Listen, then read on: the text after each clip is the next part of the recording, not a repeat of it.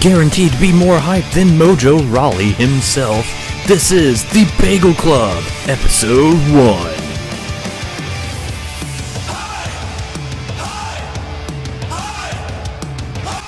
Hello, and welcome to Episode 1 of the Bagel Club, a weekly podcast discussing and reviewing everything that's happened in the wonderful world of professional wrestling, at least in the past week.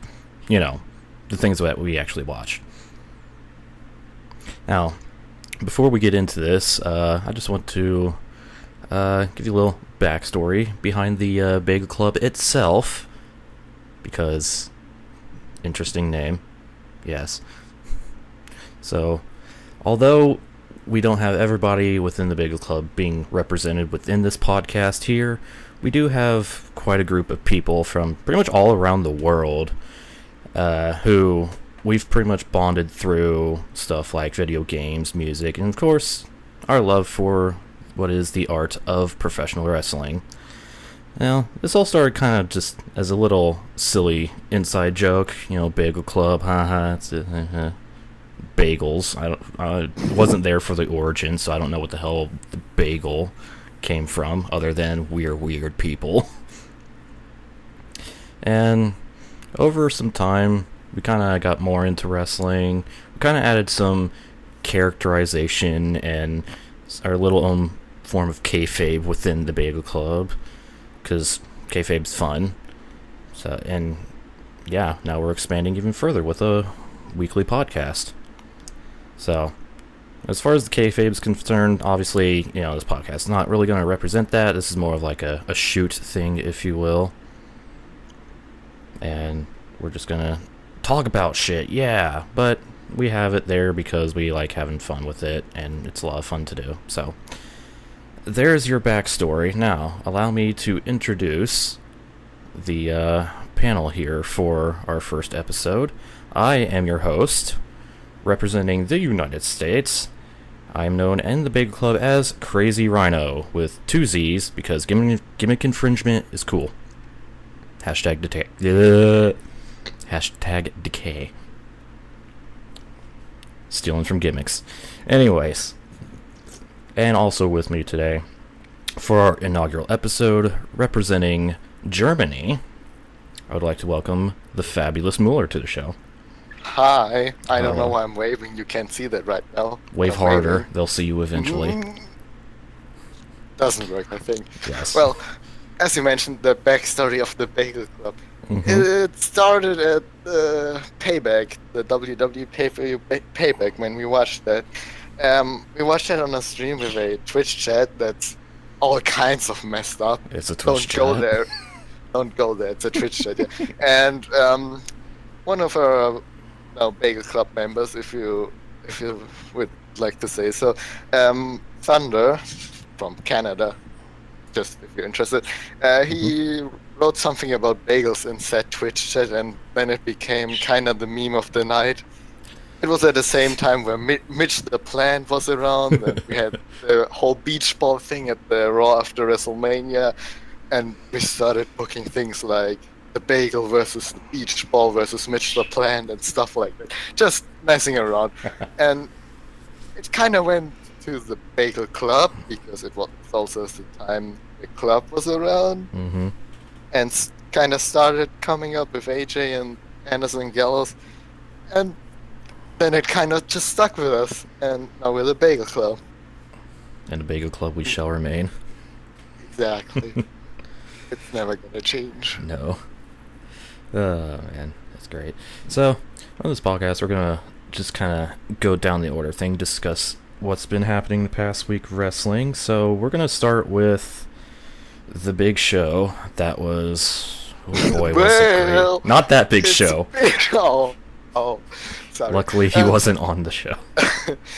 Well, I think we're starting this podcast with a very good week of wrestling. Yes. Pretty much what really marked the start of the new era, finally.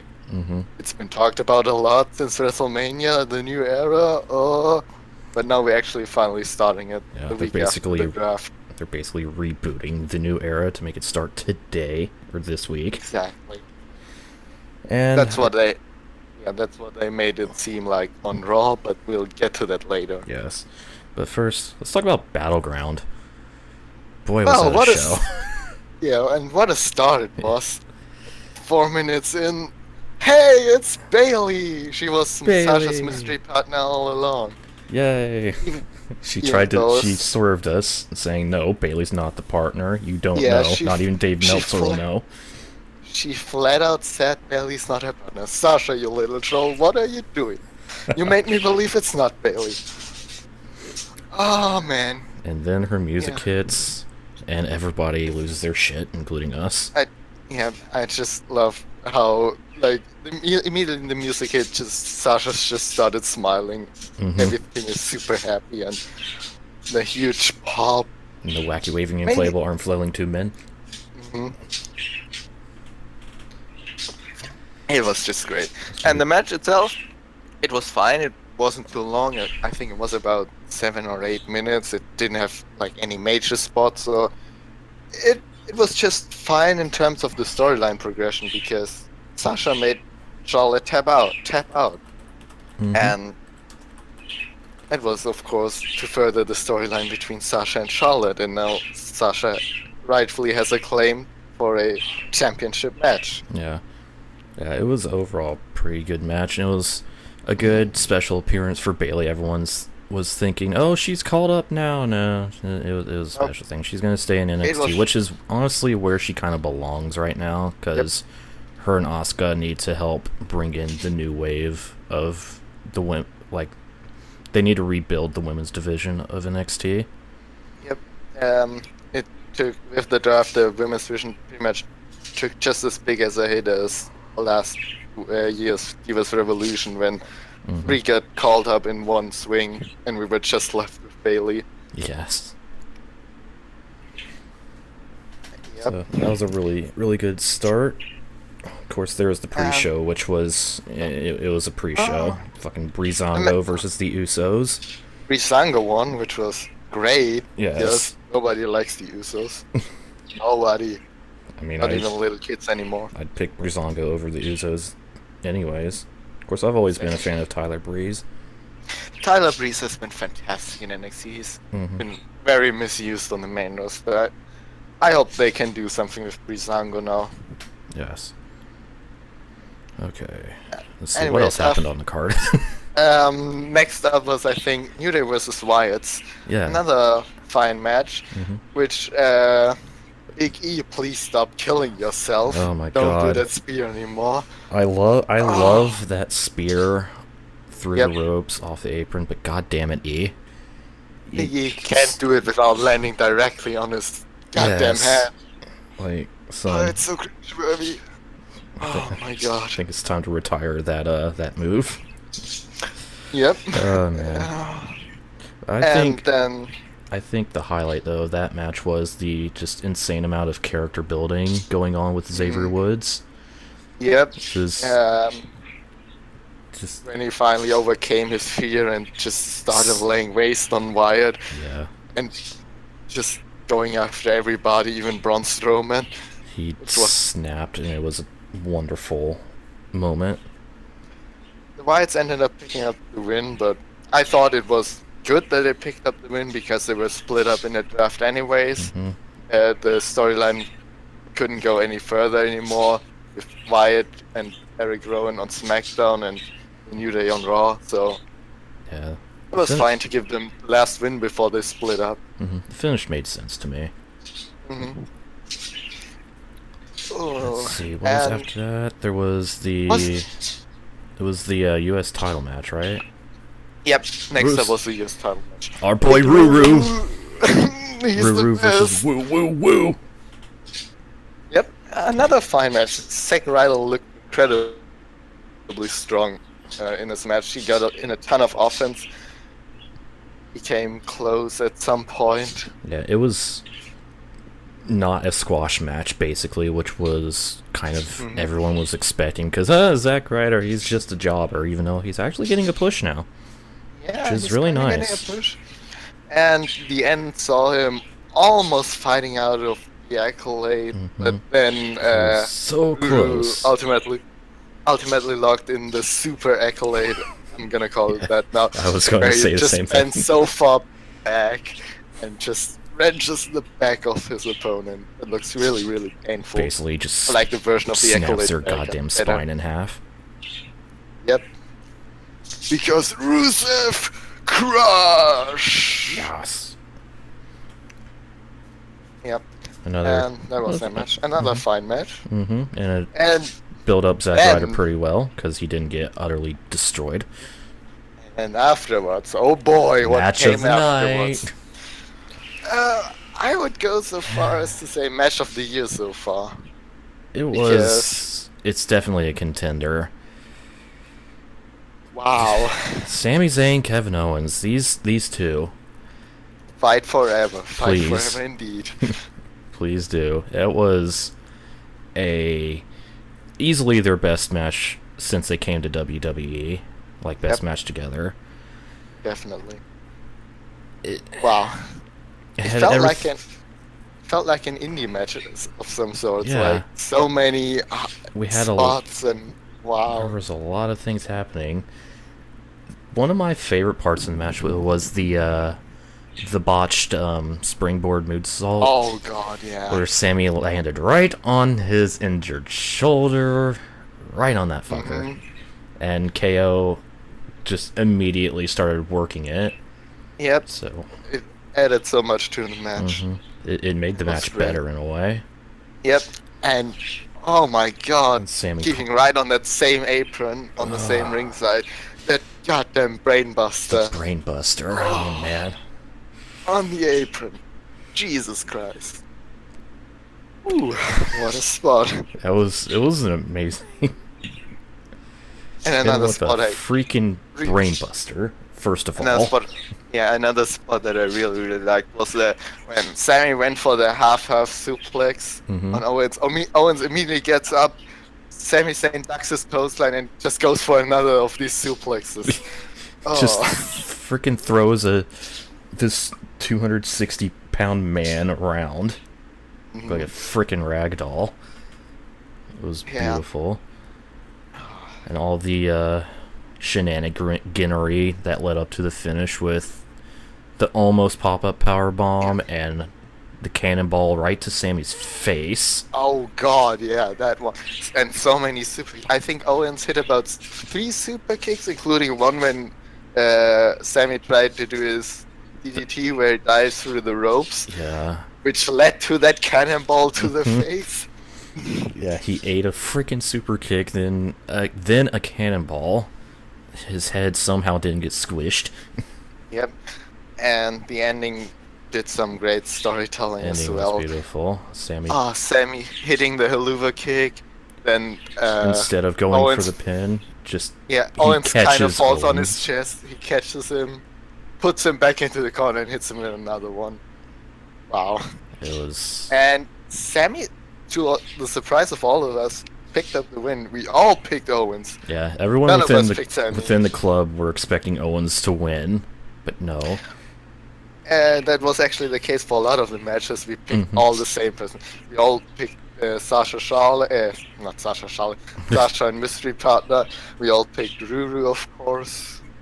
We were kind of divided on New Day and Wyatt. It was for the most part a predictable pay-per-view, but that But didn't. in a good Yeah. kind of way. It was still very, very good. Yeah, especially because of that match between Owens and Zayn. hmm Then Unfortunately, that's where since the they exhausted the crowd, out comes Yep. Natty and Becky Lynch, who worked a pretty solid match, but Solid the match. crowd Based- were yeah. still dead after it was Zayn and Owens. based on submissions, and after such a spot fest that was Owens and Zayn, the crowd were just. Yeah, they were Only kind of out of it. one weird moment I find very notable out of this Mm-hmm. match is when Natty locked Becky into a submission move, and she just said, "I love Becky. She's beautiful." That was kind of creepy. That was I was like, "What?" weird. Yeah.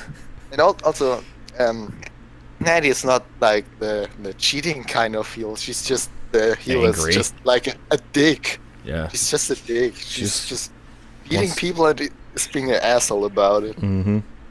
Just wants to kick your ass. 'Cause fuck you. That's why. Hmm. And afterwards, what came? What was probably the worst match of the night because of the ending. The match itself, the moves and all were fine between The Miz and Darren Young, but the ending was just pure. It made what no the- sense. No, because it was a screwy finish that ended up, I think Darren Young was disqualified in the end, or it was a double disqualification. I'm looking was at the just weird. website. It says double disqualification, which I don't Double understand. It doesn't make Because- any sense because both of these guys are now on different rosters, Mm-hmm. so they can't continue the story.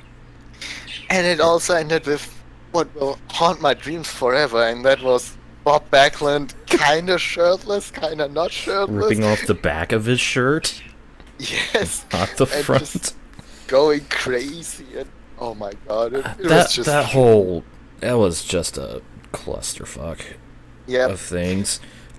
I just don't understand why he would have called for the DQ. Because Miz pushed Backlund, and then Darren came out and went after Miz and hit the crossface chicken wing outside. I kind of get what they were going for at the Excuse ending. me. I heard that on another podcast. The ending was supposed to show that Darren Young realizes that he was trained to kill by Bob Beck and whatever, which is shown by the way he looks at his hands after applying the crossface chicken wing and was like, "What did I just do? I completely wrecked the Miz or whatever." And that's what they were trying to go for, but it was just not worked well. It was very poorly executed from an officiating standpoint.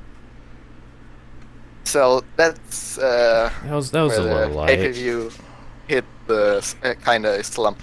But Mhm. out come Enzo and Cass to fire up the crowd once How you again. doing? How you doing with an amazing promo again, That was which ended up, which made John Cena raise the arm of Enzo. this whole because- segment was just Oh. Cena putting over Enzo and Cass, and it was so Yep. wonderful to watch. He just let them do their thing, Mm-hmm. and it was just great, and it was funny with Enzo giving people advice like, "Don't eat yellow snow, don't look someone directly in the face while eating a banana," which ended up that someone posted the Bagel Club posted a picture of on Twitter of the Great Khali eating a banana while directly God. staring at the camera, which was just, oh god, that picture. That image confused me so many ways. Hmm. Why was someone feeding a banana to the Great Khali? Yeah, I feel like he wasn't First- eating himself. He was being fed the banana. Oh my god, that was crazy. Also, Yeah. the club was involved. You know. Yep, the club was involved as well, and Anderson, Festus, and the soccer mom. Yeah, it was a fine match again, with John Cena, of course, pinning AJ to Continue probably their lead to a feud. match between them at SummerSlam. Yeah, Exactly. definitely a rubber match. AJ Styles won the first match in a screwy finish with Mhm. Rob involved. John Cena pinned AJ Styles in a tag match. It wasn't exactly one-on-one, so now they have to settle in on a one-on-one match with a clean victor Yes. set up. It was all fine. Mhm. It served their purpose. It was a fine match. Nothing bad to say about it. And there's the one spot where Enzo ended up like trying to do a crossbody, I think, and he landed in Cena's arms. Yeah. And Cena yeah. just kind of gave him to Caught him. Yep. caught him and just kind of gave him to what was it, Gallows or Anderson? I can't remember. I don't know. One of them. He just kind One of of those. gave Enzo to him. It's like, here, you have Yeah. this. This is your problem now. Also, John Cena got spine bursted on the announce table by Carl Anderson. Yeah, that. Oof, Was kind of good. that was good. And then we hit another light slump in the pay-per-view because we had just had to have a highlight reel. Because we need the gift of Jericho. Drink it in, man. Big pay-per-view. We need a 20-minute promo. That'll get the crowd pumped, I tell you what. I would have loved if Randy Orton just comes out, RKO's Jericho, leaves again. Yes. Just walks out. Jericho tries to do the shtick. Orton doesn't speak a word. He just looks at him. Bam, RKO. I'm back. But they Leaves. had to talk a lot, and one line that stood out was Randy Orton saying, "No enhancement needed." Of course, referring to Brock Lesnar, who apparently needed some enhancement For his UFC 200 fight. and that's putting some fuel into the feud between him and Brock Lesnar. Mhm. Well, it's not really a feud because it's just kind of that match was just kind of booked Yeah. without any reason. But we're building something right now. They're trying to build it up. That definitely helped. Yep. And well, in the end, Jericho tries to get Randy or to hit the RKO on him, kind of stings him a little bit, and Orton, he grabs Jericho by arm, turns him around, teases the RKO, then just laughs. Jericho is kind of a bit nervous, starts laughing again, and then Boom. Orton hits the RKO anyways. Just trolled him a little bit, but it was inevitable. Of course, just had to hit an RKO when he returns. Well, there has to be an RKO. Wouldn't be Randy They if sent Jericho straight to Viperville. Ugh. Ugh. And afterwards, the big main event that everyone has been waiting for. The Shield triple threat, baby. Threat. It was a good match. It didn't beat Zayn and Owens, but it was definitely a very good match.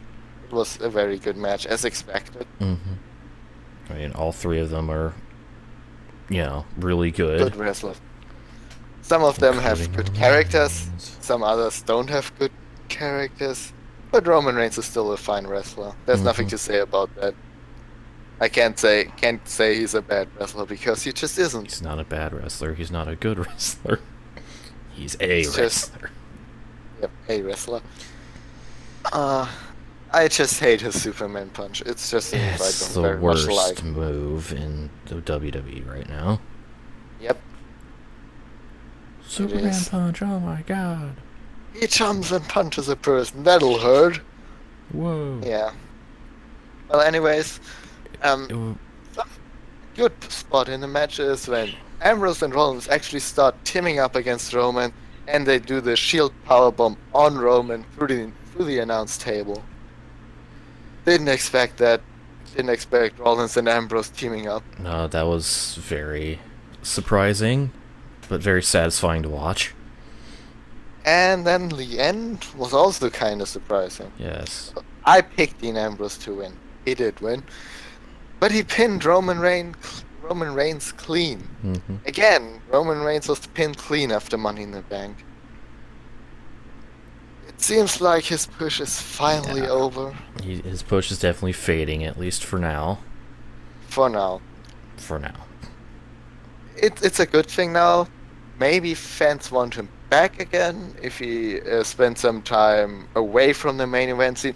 Because with Battleground, I've realized that this week, he had 9 pay-per-view main events in a row.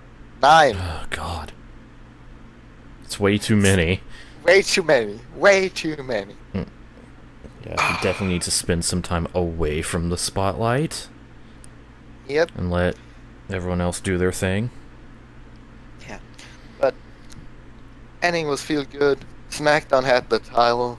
Everyone else from the whole SmackDown roster came out to celebrate. Kind of interesting that the Usos put Dean Ambrose on their shoulders. Kind of reluctantly. Yep. But Because, don't forget... the Roman's cousins. Yeah. They shouldn't do that. Why are they not sad because Roman lost? Yes. But Don't forget the ultimate feel-good moment of the end of the pay-per-view. Oh yeah. Connor celebrating in the middle of the ring. Connor and Ring celebrate. Oh, it was great. Good old Because Connor. we're all talking about don't do drugs, kids. You're not gonna be celebrating a lot. But Connor was suspended as well for Mm-hmm. 60 days even. Yeah. And there he was. And there he was celebrating It was with great. all the other guys from SmackDown. His best buddy Victor, and Becky Lynch and Natalia celebrated together as well because they are not in a feud or anything. Totally not. Nope. They don't. They don't hate each other. Well, it was fine though. Just SmackDown being glad they have the big title, Mm-hmm.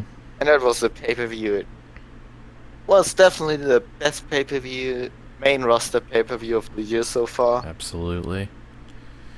So far it was the Royal Rumble, but Battleground was better.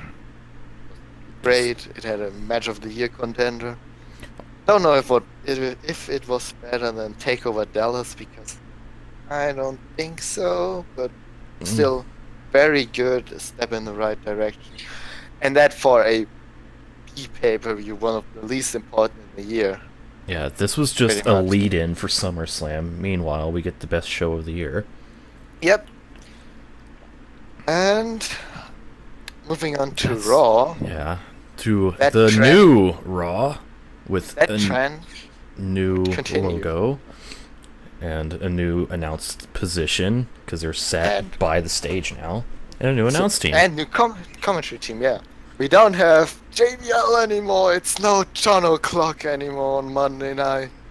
Oh, we're not gonna miss him. He gets replaced by Corey Graves, which I'm very much happy with because Corey he's Graves been great is in good. NXT. He's one of the best announcers they have, alongside Mauro Ronaldo, Mm. who's still on SmackDown. And even Maggle was good on Monday again. Mm-hmm. Even Maggle. And Byron is always just there. Byron He's- is Byron. He's Byron. He He's a says special things. snowflake. He says silly things. He says generic things. That too. Oh yeah, silly things like when he said that Kalisto could be a #1 draft pick. Are you dumb? Are you okay, Byron? Dude, What are he you does a good doing? lucha thing. Come on. Yeah. That interview. Oh god. I felt so bad for Callisto in that. Anyways, we open the show. Huge surprise. Stephanie McMahon and Mick Foley are in the ring. Whoa! What a Oh. shock! But first of all, they introduce the roster. They come all out on the stage. Then they introduce a new title, which has a weird name. It Let is. me tell you what. It's an interesting name. Because SmackDown has the world title, so we gotta get something bigger out of it, right? Mm-hmm. It's the WWE Universal Championship. Because Champion universe of the is bigger than the world. universe. Is the one who wins the title be called Master of the Universe? Yeah. Therefore the He-Man? So Roman Reigns? No. Okay. Seth Rollins is the man. Yes. So he's He-Man. And Roman Reigns is just the guy. Or as Stephanie said on Raw, he's just a loser now. Because she kinda ran down Roman and said she screwed everything up for Raw. Seth Rollins had the title won. And then there was Roman who screwed everything up. Yep. Anyways, the new Universal title was introduced.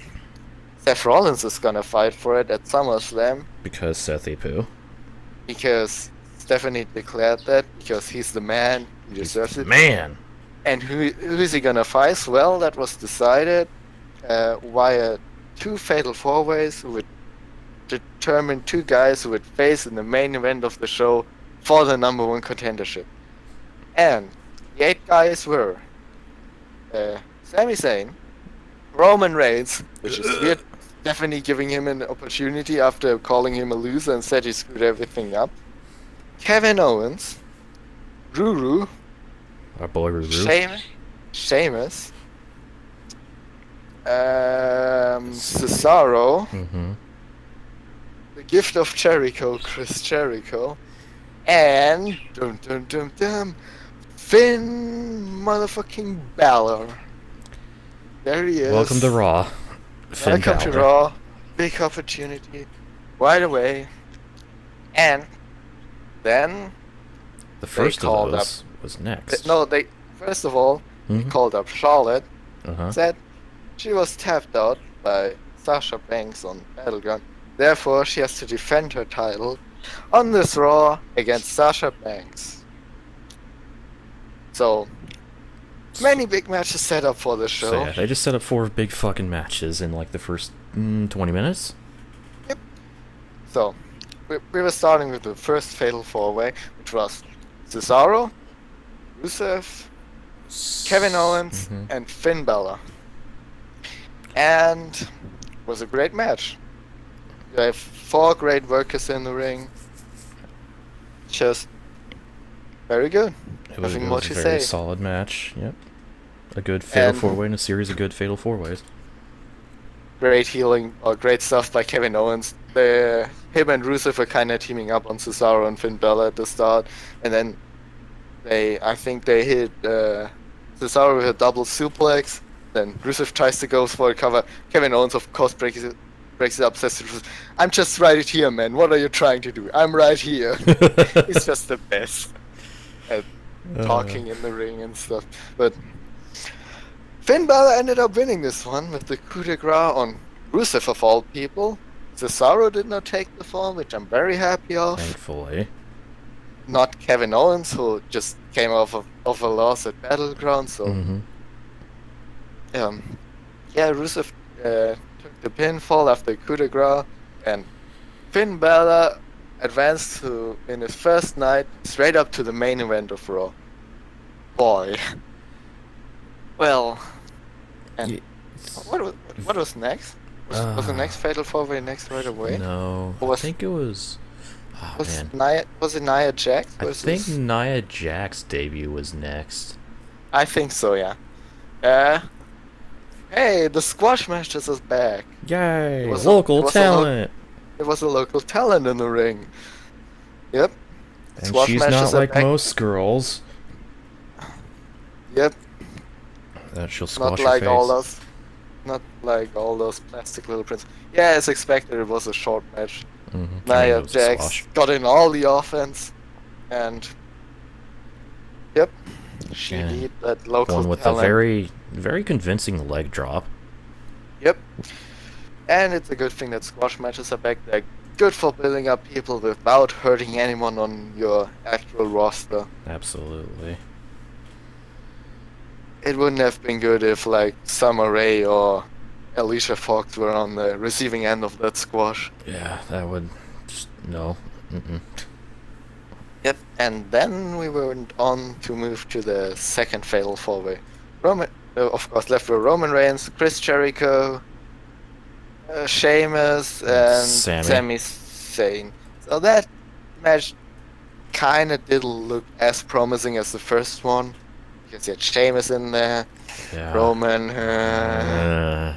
Jericho, still good, and Sami Zayn. Sami Zayn is, of course, always another good match. Everyone got the stuff in. Everyone looked like he could have won the match, like in the first one. Roman Reigns, of course, ended up winning this one with the spear. Ooh-ah! After Jericho tried the whole ooh-ah and going for the spear. Roman did a leapfrog and then hit Jericho with the spear for the 1-2-3. So no more gift of Jericho, man. Drink it in while you can, man. It was kind of obvious. Maybe Sami Zayn could have had a surprise victory, but of course they still had Roman win as well. He's still the big dog, as he called himself. So it made sense. And then afterwards, did we have another squash match? I don't know. Honestly, it was a 3-hour show. I honestly don't remember everything that happened on that show. There was still something in between. The tag match was later, and another squash match was later, but I know there was a... No, never mind. That was SmackDown. Shut at me. I'm trying to remember if there was anything next. It was overall a really really good Raw. Oh, it was the worst part of the show, which is why I don't remember the New Day segment, which was kind of Oh, because it featured some funny Vince humor because they were naming an honorary member of the New Day after celebrating the longest reigning tag team championship run, and they picked a guy from the crowd who was surprisingly named Sonny Boy. so Because what's your name, his Sonny name is Boy? Sonny. And then Sonny they Boy. and then they kind of wrote it into the crowd. So you sign your checks with the name Sonny Boy. What's your name again? Sonny Boy. And it all led That up to the club attacking the New Day and they laying got waste tired to of their them, shit establishing them as the new #1 contenders, I guess. or something like Uh, that. It was not a good New Day segment, not the good stuff that we're used to normally. But The Sonny Boy thing kind of drug on too long. yeah, that felt like normal Raw stuff. Mm-hmm. It would happen on a normal Raw show. But yeah, and then we went to another big one. The women's title match. Oh boy, this match. Oh boy, this match. First of all, I think everyone was expecting this match. Oh, Dana Brooke is probably gonna interfere or something. It's gonna Yeah. be a 5-minute thing or whatever. No, Gonna it have didn't happen. shenanigans happen, and then they'll set up a match for SummerSlam. First of all, something about the crowd. It's kind of been dead throughout the whole night, which is, I remember something they were also very dead about. There was another match in between. It was Neville versus Curtis Axel. Neville was returning. Crowd was Oh, totally yeah. dead. It was like a 4-minute match. Curtis Axel was introduced as Mr. Irrelevant because he was picked last. Still better than Heath Slater, IMO, but Yeah, I mean, Slater didn't get drafted at all. yeah, the crowd just popped for the Red Arrow at the end. One, of course, is back. He's probably gonna be the face of the Cruiserweight division that's gonna be introduced to Raw. Which I'm all for. 'Cause I It just like happened. Neville. Yeah, it happened. Yeah, the women's title match now. The crowd has been dead so far. Not really invested. They popped for Sasha, of course, when she came out. And They honestly Yeah, weren't looking Charlotte. forward to this. Wasn't there like a CM Punk chant at the Yep. beginning? Pretty much like 2 or 3 minutes into the match, there was a CM Punk chant. Was like, no, people are not doing this. But got Maybe some they could shut up. action. It's still to the outside where Charlotte viciously booted Sasha into the barricade. Oh, Jesus Christ, mm. she just came back from a concussion earlier this year and she hit the barricade head first. That They- was vicious. It was kind of the theme of the match. From the first lockup, it was pretty intense. It was a. Ooh. It was a very intense match. Like They gave you their would all expect from in the- this. like you would expect from this rivalry. It's portrayed as an intense rivalry. They had an intense match. Yeah, and then it spilled to the outside. Charlotte booted Sasha into the barricade, and Charlotte goes to the where the bell is, the bell area, picks her Timekeeper title, area. gets into Sasha's face, and you'll never take this from me. This is my title. Sasha kicks the title out of her hand, drives her into the apron. Charlotte goes back into the ring where the ref checks on her, and meanwhile Sasha grabs the title. Dana Brooke comes running, throws the title to Dana Brooke, and just pretends she was about to get hit by Dana. Oh, the best Eddie Guerrero impression. Viva It's a la long raza! time. We all know he's her biggest hero. She grew up watching him, and Yeah. that's the reason she wanted to become a wrestler. She paid homage to him. The ref turned around. Dana got ejected from ringside. That's where the crowd finally woke up. They popped huge for it. They're like, They oh. noticed something is about to happen.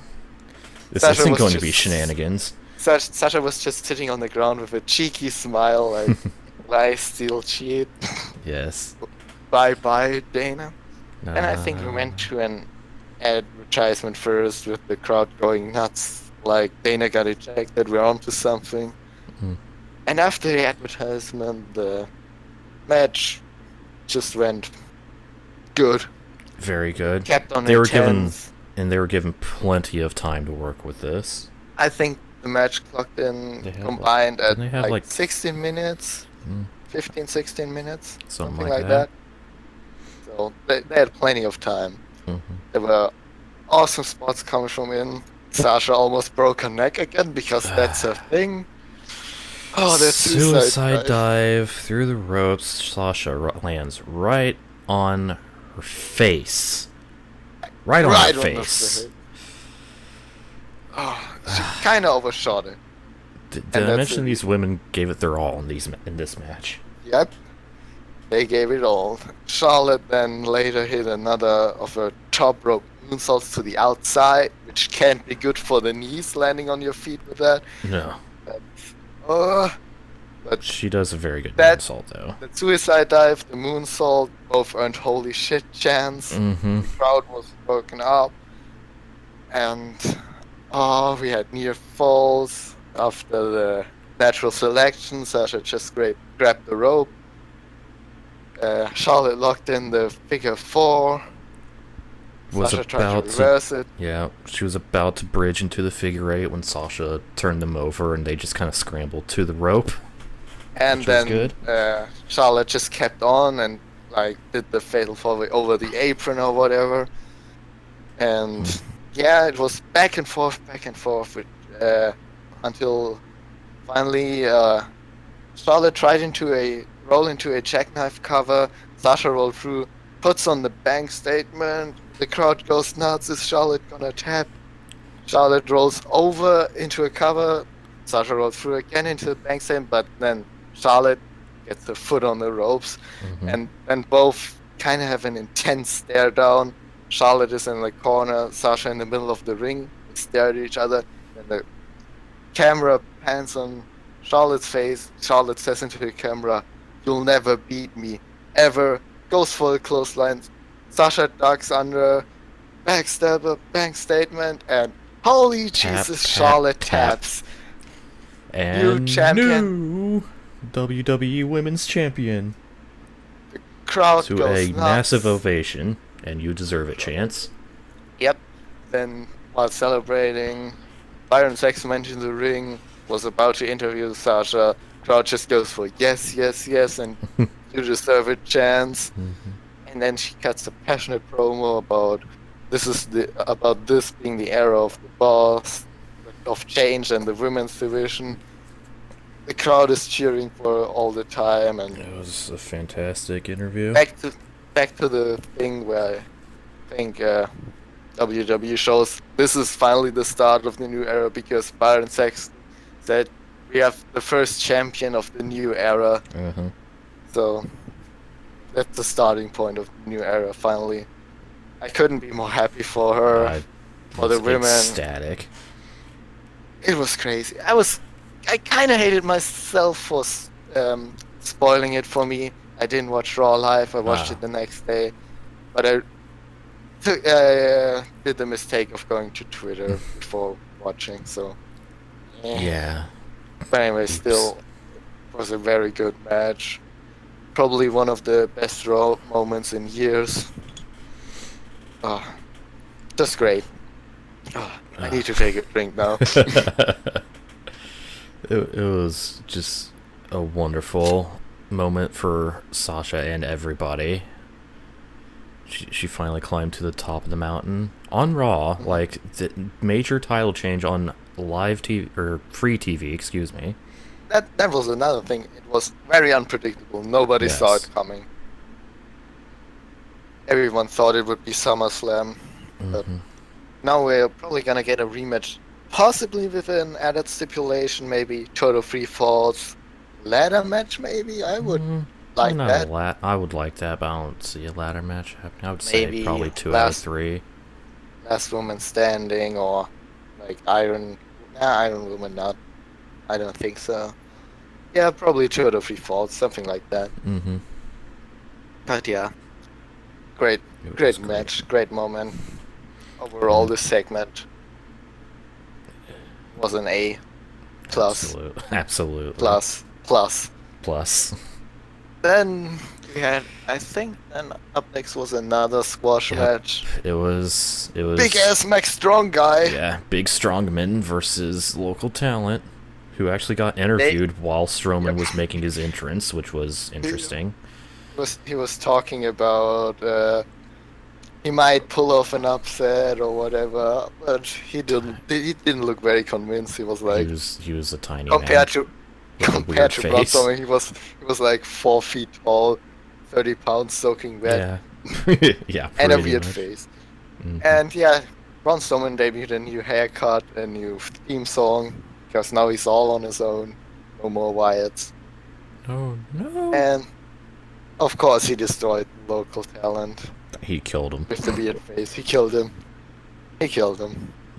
Yeah. Yep. Not much else to say about that. And then we had a tag match between Enzo and Cass and the Shining Stars. Why are they still there? And How do Primo and Epico still have a job with the E? I don't know. I don't know. I really don't know. They've been repackaged like twice already as Los Matadores, now as the Shining Stars. And they lost the match because of freaking Pokemon Go. Fucking. Yes. They've been showing backstage promos over the night of the Golden Truth, playing Pokemon Go and just kind of getting in people's way. They took it out to the ring. Yep. R-Truth was actually trying to physically grab it, the Pokemon. He walked right in the middle through the ring, confusing either Primo or Epico, I really don't know. Which led to Big Cass hitting a big boot and then pinning him for the win. So there you go. That's the first wrestling match that was decided by Pokemon Go. Yes. Just when you thought you've seen everything, this happened. Well, Jeez. anyways, there was a thing that happened. Then we also had the main event, Balor versus Reigns. Great match again. Nothing more to say about it. They both hit their key spots and whatnot. Reigns kind of dominated most of the match. Finn Balor pins Roman Reigns clean. The third time in a row that Roman Reigns has been pinned clean. The Empire has crumbled. Yep. It has fallen. And Finn Balor goes straight up, probably to the main event of SummerSlam. On his main roster debut. Yep. Let that sink in. Push him to the stars. I will be behind him. Exactly. The first time a NXT talent gets probably introduced and pushed in a very long time. I couldn't be more happy about it. It was... That was like one of those, did that just happen moments? So now it's set up Finn Balor versus Sethy Poo for the Universal title at SummerSlam. Yep. I am extremely excited for that match. The possibility of Sasha versus Charlotte at SummerSlam, it's already taking shape. It's taking good shape. Yep. So that was overall very good show. The best Raw in a long, long time. Absolutely. Definitely the best since the Raw after Mania. Still think it was better than that. It had better moments. I mean, AJ Styles winning at the Raw after Mania was good. Great. Holy Finn Balor, Sasha Banks winning this. This is basically now like NXT 1.5 years ago. Sasha is the women's champion, Finn Balor is the #1 contender for the big title. That's great. The whole show kind of felt like a 3-hour version of NXT. It was great. And they spent a lot of the time focusing on the actual wrestling within, and not just promo. A little bit of wrestling promo. Exactly. I think there was a total of 77 minutes in-ring action on the show. On a 3-hour show, more than 1 hour of it actually being wrestling. On a 3-hour show with a lot of advertisements and stuff. So, what more can you have? We had like 4 matches that went on for 15 minutes. Pay-per-view worthy matches, I might add. Yeah, it All was great. some pay-per-view quality matches. So we're off to a good start. Let's hope they can continue the trend next week. Yes. And then we moved on the next day to SmackDown. And we're kind of pushed back into reality. Kinda. It was still a good show. But it had some weird stuff. It kind of reminded us that this is still WWE. Yeah, this felt a lot more like Raw than Raw did. Mm-hmm. Well, first of all, they did the introduction stick with the general managers being out, but instead of the roster being on stage, they were all around on the apron of the ring. Which was really neat. It was a bit different. Mm-hmm. The commentary table is still at ringside rather than up the stage, so both shows have a kind of different feeling. They look different. Of course, the colors are different. Yes. Well, I don't know about that. Yeah, yeah.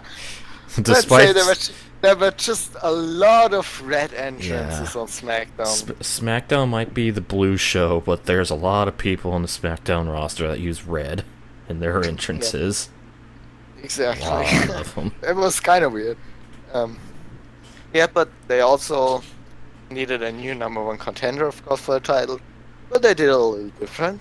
They introduced a 6-pack challenge match for the main event, which is basically just a 6-man match. It was kind of confusing at first because as we watched, we didn't really know, is it an elimination match or just 6-man match? It ended up just being a 6-man match. Yeah, they didn't really specify if it was elimination or one fall, so it was like, what? They introduced the people that were in there. Of course, they started with John Cena. Of course. Bray Wyatt. Mm-hmm. Dolph Ziggler. Okay. Ziggler, sure. Baron Corbin. Okay. The feud continues. And AJ Styles. Yay! I'd have AJ in there. And, you might notice, there was only 5 people. Well, the 6th man was determined via Battle Royal, with all the other guys on the roster. Not the girl. At first they said everyone will be fighting for it, so we thought like, wait, are the girls gonna? The women gonna be part of this? That'd be awesome. Are the women fighting? No, it was just the guys. Oh. And as the match went on, I was like, maybe Zack Ryder could win this one. He could be one. He's getting a slight push. In the end, it was also a good choice. Apollo Crews ended up winning the Battle Royal. Also another noteworthy thing of the Battle Royal, within 5 seconds Simon Gotch got eliminated. That's what you get for getting into a shoot fight with Sin Cara. And losing. Got his ass what I've read is like Sin Cara threw an unopened can of soda at him or whatever and knocked him straight out. Wow.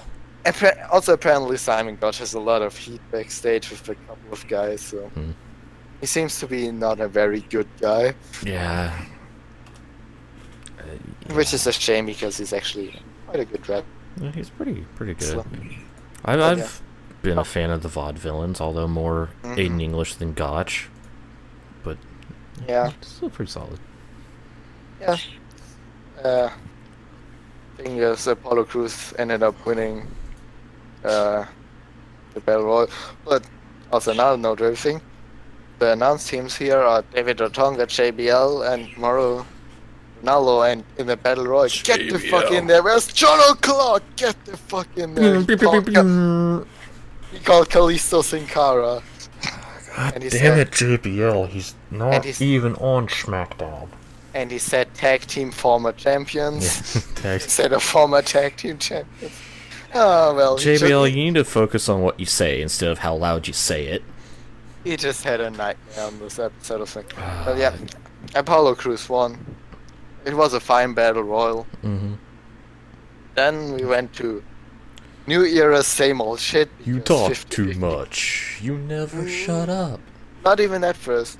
Yeah. First of all, we had 50-50 booking because, Oh. hey, Yeah. we had Becky versus Natalia again. They didn't have the match at Battleground. And Becky won, unsurprisingly, to set up a rubber match. It was, again, a fine match, like 10 minutes. Becky did a sweet top rope leg drop. Kind of cool, nice. neat addition to her moveset. The Beck set. Kind of like the back set, yeah. Oh, Becky Lynch, master of puns. The funniest of them all. Hopefully she gets time to shine on SmackDown, which is something I want to talk about. Something a lot of people talked about. Getting a secondary women's title on SmackDown. I'm like kind of hesitant on the idea. I think you should only have the women's title as the main title. The women's division to me is just not large enough to justify it. Something people mentioned, I've read in comments on various websites, which was kind of well point is they didn't have more people on NXT for a title. They only had like 5 women there, so it could work. But what I thought about, what if they give a unique feel for SmackDown and introduce a secondary belt that is billed as a secondary belt, which would be the women's TV title. That'd be cool. Will only be defended on SmackDown, maybe every single week, kind of like a John Cena Open Challenge kind of thing. Could put the belt on Becky, let her defend the belt in various good matches with different opponents. Of course, first against all the women of the SmackDown roster and maybe some NXT women, maybe some other indie talent they could bring in for one-off matches. Kind of to establish Becky and the belt and whatever. I'd be down with that. That sounds like a great idea. So yeah, the match, fine, kind of happened. Becky won, of course. It was a pretty good match. And then the segment afterwards was very confusing. Just Becky was interviewed in the ring, and Becky Balboa. Becky Balboa, and Alexa Bliss came out, and maybe Becky Alexa feud. I'd be down for it. That'd be a good feud. Naomi came out as well. What are we doing here? Why is Naomi here? Carmella came out. Oh boy, they all did their entrance of red entrance. Eva Marie. She didn't even say anything. Yeah, Eva Marie did not speak. She just had the most over-the-top narrator ever in her entrance. It was kind of great because it was cool. She's hated us anyways, and just so over the top, delusional, and all that. It's just really want to hate her. Like, go away. I don't want to see you. I hate you. And she just got booed out of the building. And then the segment just kind of ended with nothing happening. That was it. They just wanted to introduce themselves, nothing else. And then we came to the next segment, which was You Talk Too Much, as Asuka would say. As my Twitter exploded when I sent that GIF. Yeah. It was Miz TV. Miz was interviewing himself because it's the Miz. Of course. Randy Orton came out, set up a match between them. They talked like 10 minutes. I don't want to talk about it because it was too much talking. Too much talking. And then match between Randy Orton and the Miz. Well, it started with the Miz throwing out Randy Orton like right on his shoulder, and at first Randy seemed like super pissed. Like he was angry. Like he was about to kill the Miz. Angry. Yeah, but he was. It ended up just pissed right the hell off. He thought he'd really dropped him on his injured shoulder with a sloppy thing, but it was worked into the match. So, and Randy didn't shout stupid. Well, and then at some point Randy just hit the RKO out of nowhere and was like waiting for a minute or two. He just kind of sat there for a couple minutes. And then hit Miz with another RKO to pick up the win. Wait till make your IST champion look strong. Yeah. Yeah. It was not that good. It was alright. And I think then we already moved on to the main event, which was a very fun match, Mm-hmm. the six-man match. Again, everyone got the stuff in, everyone hit their moves. Mm-hmm. And at the end, we went into a John Cena hitting everyone with an AA spree because he's John Cena, that's what he does. Until AJ Styles comes in with a phenomenal forearm, and then suddenly, bam, super kick by Ziggler. 1, 2, 3. What? Did Ziggles Dolph- really just win with a super kick? And Dolph Ziggler's the #1 contender for the WWE World Championship, as Yes. it is now called. With a super kick With a on super AJ kick. Styles. Yes. Who saw that coming? No one. Mind blown.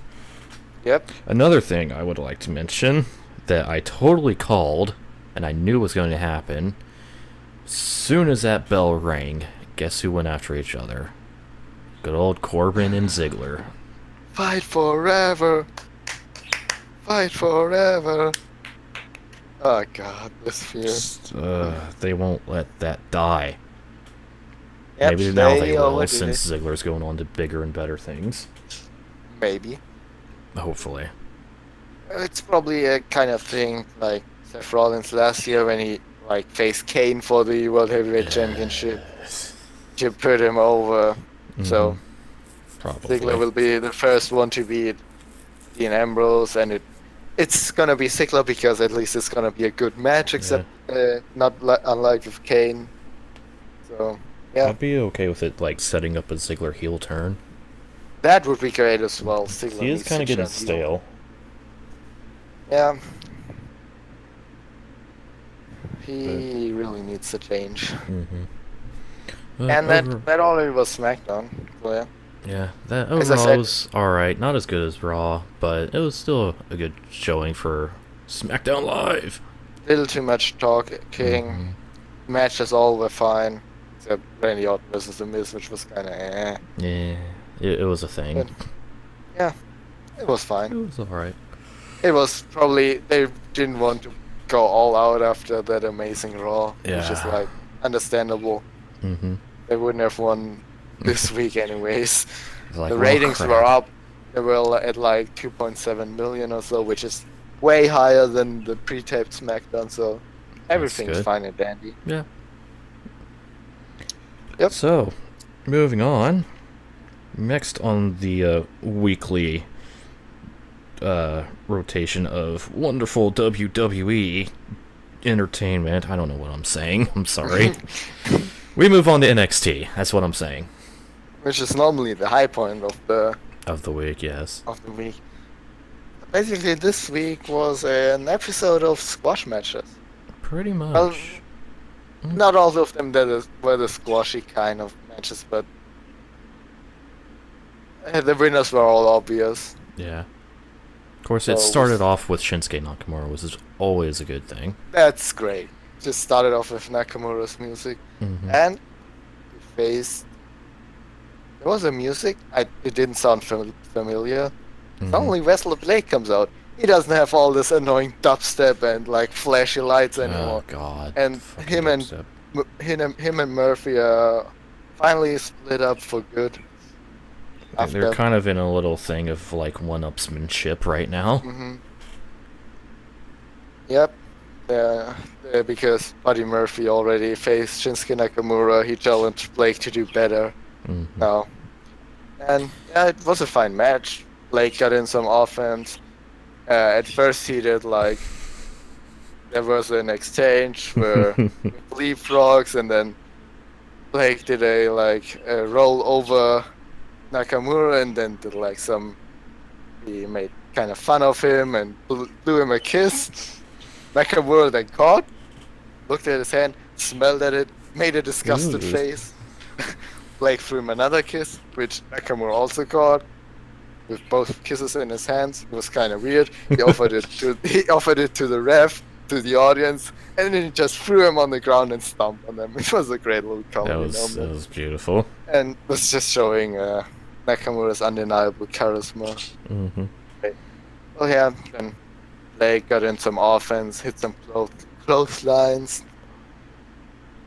normal stuff. And of course, Nakamura won with the Kinshasa, as Corey Graves would call it. I love when he does that. Yep. So Yep. excited. Picked up the win. Nothing more to say about it. It was a fine match for what it was. Pretty good. It wasn't a total squash. Just enhancement match. Basically. And the second, was there a segment? Oh, didn't William Regal come out then? Yeah, William Regal came out after that and announced for TakeOver Brooklyn that Shinsuke Nakamura was going to face Samoa Joe for the NXT title. That's going to be great. Mm-hmm. And afterwards there was a women's match. Billie Kay versus Santana Garrett. Again, fine match. Santana Garrett here, the enhancement talent. That's not a regular fixture on NXT. Building up Billie Kay because we need some women to be built up now behind Asuka and Bailey. Yeah, Billie like Kay I is the said first earlier. one of them. Others will probably be Peyton Royce, the other Australian girl, and Liv Morgan, I think, is one they're probably gonna build up because I noticed she was featured in the opening video, opening for NXT. So yeah, those are probably the girls you're gonna see build up over the next few weeks in matches like this. Again, fine match. Both got in offense. It had a clear goal to give Billie Kay a win and build her up. Nothing more to say about it. Solid. Solid. Exactly, solid. Then we had a tag team match between Will-O-Wisp, or Team 6-1 as they're called, which is, of course, the... You're the one who said it, not me. Will-O-Wisp. Yep. TM61, oh boy. They don't have a move called Will-O-Wisp. Which makes me sad. Against I think Rob Ryzen and Adrian Nails were they called. Adrian Nails kind of looked like a young and less intimidating version of New Jack. Yes. Yeah. Kinda. And Rob Ryzen had some weird red hair and reminded me of Terror Ryzen. Oh, God. Because yeah, it was again enhancement match, put over TM61. Nothing more to say. They shook hands after the match. Good show of respect and all. And that was it. Yeah, it wasn't too bad. And then something that was promised throughout the entire episode before, but the Full Sail audience didn't know. Buddy Murphy versus Kota Ibushi from the CWC. Yeah. To a massive pop. They didn't see that one coming. Nope. That was... Oh boy, that pop for Ibushi. Oh boy, that pop. Because apparently he's been signed for NXT alongside Gran Metalik. Nice. Who's another competitor in the CWC. I was really impressed by Metalik. Yep. I was actually pretty impressed by everybody on the CWC so far. Yes. The only match that was not quite as good was on the episode we're gonna talk about in a bit. Okay. Thought so. And yeah, Kota Ibushi, I thought it was for what it was, the enhancement match, it was the best one of the show. Of course, Buddy Murphy got in a ton of offense. He got hit by a roundhouse kick that sounded like a gunshot into a German suplex, which he kicked out of, which kind of surprised me. Yeah, that kind of was... looked strong. Got like one or two near falls, but ended up losing to the last right powerbomb by Ibushi. Yeah, it was a fun little match. It was a good NXT intro for Ibushi. And the show ended with Samoa Joe arriving at Full Sail. and hearing of the match that William Regal set up earlier. He comes out into the ring, cuts a promo about Nakamura doesn't deserve anything. He doesn't deserve a title shot. He didn't have to work for it like Samoa Joe did. he didn't have to go for a battle royal and Sami Zayn and whatnot. So he said he wouldn't defend the title. Out comes William Regal, says, "You're gonna defend the title, or I'm gonna take it off of you." I'd just like to say William Regal's angry face is the greatest thing ever. Exactly. The scowl on that man. I also kind of like that little Samoa Joe William Regal feud. Mm-hmm. Because Samoa Joe said things like, "You're gonna pay for that Regal," which is kind of interesting. Yeah. And then he said something, if I'm gonna destroy Nakamura at TakeOver Brooklyn, if he even makes it, because if I'm gonna see him before that, I'm gonna destroy him. Out comes Nakamura for a little stare down. He's like, "Hi." Of course he didn't destroy him. No. Just ended there. Yeah, it And that was kind that of faded away. It was a pretty solid episode. Solid episode. It was just it's one the of... beginning of the rebuilding phase, basically, for Mhm. NXT. Exactly. So, it was an expected episode. It was not that good. Mm-hmm. Not the best of them, but still a good episode. And of course, Then we move on. just after NXT, as always, CWC. Episode 3 of the Cruiserweight Classic, which was very, it was quite a different episode compared to the first two, where there was a lot of typical Cruiserweight stuff, high-flying, flippy shit. Flippy shit, yeah. This one was a very, very technical episode. Lots of submissions. It started with Zack Sabre Jr., which kind of surprised me. I thought he would be in the main event of the show. Mm-hmm. Zack Sabre Jr. versus Tyson Dukes, which was a very technical match. Yes. Because Zack Sabre Jr. is just a technical wizard. He is Then amazing at transitioning from submission to submission and getting out of a submission into a submission of his own. Mm-hmm.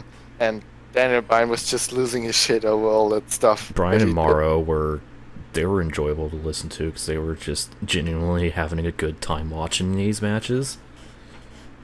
Yeah, it was a good match. It was kind of weird that they played up like Tyson Duke's story of already being in the WWE in 2004 and then tearing his ACL and getting pushed back, having to work as a truck driver. You'd think he might advance then if they're building him up. It's this sympathetic, but of course Zack Sabre Jr. went through. He's one of the favorites to win this thing. So it was a really good technical match. it was a good technical match. Both guys. The crowd again was looked strong. kind of out of it because there wasn't much happening, but Mhm. it was still enjoyable. It was not a match for a crowd to pop a crowd, but it was a Yeah. very enjoyable match. Mm-hmm. Then the next up was, I think, was it Drew Gulak versus Harv or Gurv Sierra? It was I Harv think Sierra. Harv Sierra. Yeah. Yeah, that was a match which was so far the worst of the CWC because it didn't feature anything that particularly stood out. Mm-hmm. It was just a match It was a match. Another one that ended in submission. with a nasty-looking dragon sleep. Yes, it was pretty good. Although I will give Sierra credit how he tried to counter it with the leg scissors or whatever. Yep. Yeah. He first tried to counter, but alas, Drew Gulak locked it in again, Mm-hmm. and Sierra didn't have any chance but to tap. Yeah, it still was a good match, but Mm-hmm. just a little bland compared to all the other ones. Yeah. And next up was Tony Nese versus Andrew Bennett. Andrew Bennett? I forgot his first name. Sounds right to me. I don't know. I'd have to The look it guy, up. the guy with the two Sasha shades. Oh yeah, that. The big hair. The Slim big Jim hair. guy of 2016. The Slim Jim guy. 5'6" That without hair, 5'10" with. Yep. Yeah. He looked kind of green to me in the ring. I don't know. Just I think he was relatively doesn't have a whole lot of experience. He's young. yeah, but Tony Nese, oh my god. Jesus. He's like an interesting cruiserweight. He's very strong He has a lot of muscles, but he moves like a cruiserweight. Does like Yeah. 450s, moonsaults and stuff. He's the big man of the cruiserweights. Yep, but he also does like all this cruiserweight shit. So Hmm. I was kind of impressed. I didn't expect that because I've never heard of him before. Guys like Zack Sabre Jr. I've heard good things of them. But Tony Nese was a name I haven't heard before, and I was seriously impressed by him. Yes, so was I. Yeah. Although, oh boy. Wait, no. Never mind. Different person. Shut up, me. I keep getting ahead of myself. Yeah. Again, the match with more cruiserweight stuff. We had a moonsault, we had a 450 flash. That That 450 stuff. was beautiful. It was his finisher. It looks in like the end. Bennett got a little injured towards the end there Mhm. after that power slam. The Because ref kind of freaked out. the ref stopped the match before. Well, he didn't stop the match. He stopped Tony Nese from doing his 450 at first. Checked Mhm. on Bennett. Then everything was okay. And then he Yeah. did the 450. Then he did the 450. Exactly. And the main event of the show this time was Raul Mendoza versus the Brian Kendrick, who Daniel Bryan totally marked out for. You, yeah. Man, he looks a Another- lot different now. He looks a lot different, yeah. Yeah. You can tell that he's aging a lot, Mm-hmm. and the spear and all that. It was. Yeah. And the match itself, Raul Mendoza, good high flyer, with a ton of great stuff, including a coast to coast Yes, that Which coast to was coast quite good. was ridiculous. drop kick, Brian Kendrick right into his face, who Mhm. was hung in the tree of woe, upside down on the other side of the ring. Yeah, but A alas, little bit of a scare because Raul's mouth got busted open. Boy, was he Mhm. bleeding. he was bleeding a lot, It probably is- due to his braces he's wearing. Probably. Kind of got caught on them or whatever. Hmm. And Brian Kendrick did kind of some healer stuff to win. He did Brian Kendrick things. Yep. Didn't stop Daniel Bryan from breaking his role and cheering for him Yeah. and totally marking out for him winning. It was great. I was but- actually surprised that Kendrick won. I thought he'd be one of those special kind of just one-time appearance. Hey, look, Mhm. former tag team champion in the WWE. Look at that and shit. US champion, I Mhm. think. Yeah, Probably. but since Tajiri moved through, I kind of was expecting Kendrick to move through as well. And now he's, I think, facing Tony Nese. Yep, Tony Nese. I'm looking at the bracket right now. Oh, okay. Yeah. So the last episode leaves us with the Gentleman Jack Gallagher versus Fabian Eichner, I think. Mm-hmm. Noam Dar Um, versus Girth Sierra. Yes. Rich Swann versus Jason Lee, and probably the main event of the show, The biggest match. Johnny Gargano versus Tommaso Ciampa. Because why not because- put teammates against each other? Yep. That's Kind of definitely gonna be fun surprised to that watch. that's the first round matchup. I kind of expect Johnny Gargano to go through. Don't know, though. Probably. But yeah, But, yeah, it's it a was a very. match to look out for. Hmm. Also, of course, WCPW's own Noam Dar. Dar, dar, dar, dar, dar, dar, dar, dar. He's a very handsome man. And he's Yes. young, and he likes my tweets, so he's cool. Yeah, he likes your tweets. The bromance is real. Shout out to Noam Dar if you're listening. Probably not, but And before I, tweet about this and, you're totally mention that. gonna do it, right? yes, maybe. Anyways, But that was that the was CWC episode. Another was- good episode. It was good. It was a lot different. Like I said, technical. 3 out of the 4 matches ended in submission, which was interesting. Oh yeah, the Brian Kendrick match ended in submission as well, of course, with the bully choke. Yep, the bully choke. Yep. That's episode. that's about everything that happened in the WoWee over the week. A lot of stuff. Yeah, a lot that's of like great stuff. It's talked a lot about it Yeah, now. A lot of it's great stuff, of course. Yeah, hmm it me was personally. I've kind of been like getting somewhat bored of the WWE over the past few months, just because all the 50-50 booking and the same guys in the main events and same guys feuding with the same people, all of that. This felt very, as very fresh, and I greatly enjoyed it. as a well-known king always said, new era, same old shit. Exactly.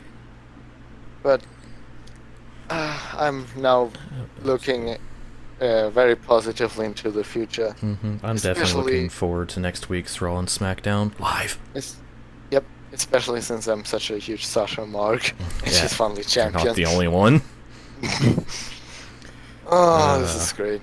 But that's not all that's happened in wrestling. We watched other things, some Yep. couple indie promotions, and next I thought we'd take a look over to the YouTube side. And speaking of a king and the company he works for, WCPW Built to Destroy, their special episode to end their first set of tapings.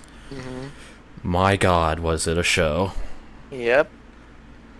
It was a great It show. was great. Let's see. The lead-off match was a Mask versus Humiliation match, or Mask versus Pride, excuse me, Yes, between Martin Kirby and El Ligero, um, which they've kind of also- had the they've had the WCPW version of New Era, same old shit, because they've Yep. been facing each other in every episode, but they've I been don't very mind. entertaining. I've become such a huge Martin Kirby mark over Martin the. Kirby is the best That's heel fun. comedy wrestler I've Yep, ever seen. he's just so good. Best moment of the match, of course, was when Martin Kirby was going for a kick. El Ligero caught his leg, then just kind of gave his leg to the referee. Referee gave it back to El Ligero. Played a El little hot Ligero gave potato. it back to the to the referee, and then Martin Kirby just shouts at the referee, "Put it down, you dickhead!" It's just great. Lots of "you're a dickhead" chants at Martin Kirby. Yes. The WCPW crowd are freaking relentless with their chants. Yep. Great. He still didn't hit a goddamn Sable bomb. Yeah, he's been teasing the Sable Bomb for this entire series and still hasn't And- hit it. Although And, there he did was something good. yeah, there was the Zoidberg elbow. My God, the Zoidberg elbow. Oh, Just kinda so good. He Went up to the missed, but it was so turnbuckle good. to the middle rope, and then he walked on the second rope to the middle and did like the Zoidberg walk while screaming Zoidberg elbow. It was oh, Martin Kirby. That's great. Then there was Of course. the moment towards the end of the match where Martin Kirby turned into Martin Caneby. Yep, just teasing a choke slam. Mm-hmm. Doing the pyro arm movement and stuff. Mhm. He ended up losing the match to of the course. TNA Impact. Of course he did, because he can't win a match. Yeah. I mean, And he got a dress put on him. one, well, reluctantly at first, but Ligero put him in a sleeper hold. Yep. He went nighty night, 99. and then put the dress on him. Ah, I'm kind of sad he Future never Miss- responded to the tweet I made about him looking beautiful in that dress. future Miss Universe. Yes, absolutely. Yeah. It was a very lighthearted start Entertaining. to the show, and it was great. Um, Let's see. and I think next up was Prince Ameem, Prince of as we Meme. call him, or Prince Ameem, versus younger Steven Regal, Gabriel Kidd. Mm-hmm. It was a match. It was a fine match. was The alright loser had to become the slave of the winner. There was like a little nice comedy spot where Gabriel Kidd had Prince Amin on like an armbar and was just whipping back and forth and singing "Staying Alive." Oh god, yeah. Kind of neat. Staying Staying alive. alive. Staying alive. Staying alive. Just wrench his arm every time to go, ah! And then he did like later did a arm wrench in a way where the arm is not supposed to bend like that on Prince looks Amin. so painful. It was It looked legit cringeworthy. painful. And Prince Amin ended up winning the match with a low blow, Mm-hmm. because he's a dickhead. Yes. And now Gabriel Kidd is Prince Amin's slave. Yeah. Looking forward to what's going to Oh. continue in this storyline. Mm-hmm. and One whatever. thing we missed about the Ligero Kirby thing, I just saw it in the thumbnail. Right at the beginning of the match, when Ligero noticed a fan holding up a foam finger, and he decided to grab it because it was a foam middle finger. I just kind of held it up towards Kirby. right in his face. That was beautiful. It was very beautiful, yeah.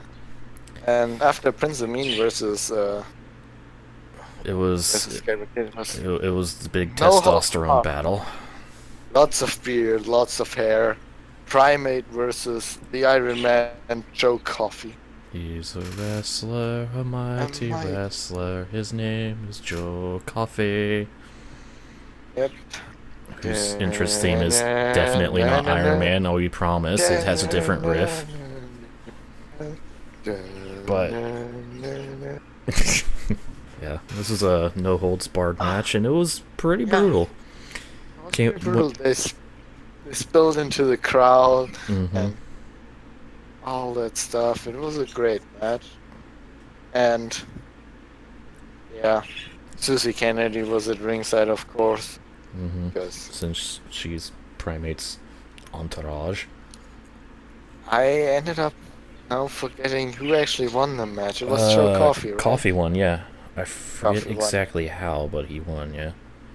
He did like a springboard cross, like twisting crossbody, which was pretty neat. Oh, Like turning yeah, around that. midair. Kind of neat for, I remember. and yeah, Mhm. it was a pretty good match. Yeah, That was it pretty was brutal. solid. Then we move Afterwards, on I think to to one of Prospect? the most... No. It was one of the more... Wait, actually, it was the Prospect match next. I don't know. I don't know. In the order they have in their YouTube uploads, it's the Ring of Honor match. Oh yeah, then that The- one first. Mm-hmm. It was Noam Dar versus Jay Lethal. for the Ring of Honor was- World Title. It was a really good match, which you Yes. would expect from two great wrestlers like these two. Mm-hmm. Lots of good stuff. You had Jay Lethal in the Champagne Super Neba at one point. Like, Noam Dar was really close to winning the match. It was a back and forth match. It was really good. Both of them course, looked Jay- excellent. Jay Lethal ended up winning the match, unsurprisingly. Mm-hmm. And then after match was kind of weird. Drake came out to knock down Noam Dar and Jay Lethal to make an impression towards Prospect, Yeah, Prospect. which he looks to join. And Basically, we James have a R. new Kennedy. fuckboy. Yeah, fuckboy number 3. James R. Kennedy came out after the match, like, looking at what Drake did, and maybe they also just needed a new fuckboy after Alex Gracie got killed. That Yeah, episode he got killed by before. Damo. But then No one afterwards- caught him. Just no one caught him. It was Nope. oh, that looked bad. But since after that amazing match, we had Prospect versus Troy Henry and Joseph Connors. Joseph Connors. the new theme They song. debuted a new theme, which was basically Joseph Connors It theme went. It went. with It was. Joe It Hendry's was still lyrics. this Joseph Connors theme. Mm-hmm. With Joe Hendry And- providing vocals. Yep.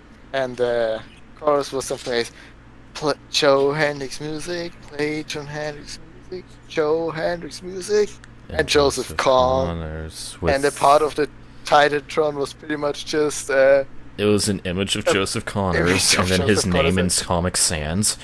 Lowercase in Comic Sans. Yeah, lowercase Comic Sans.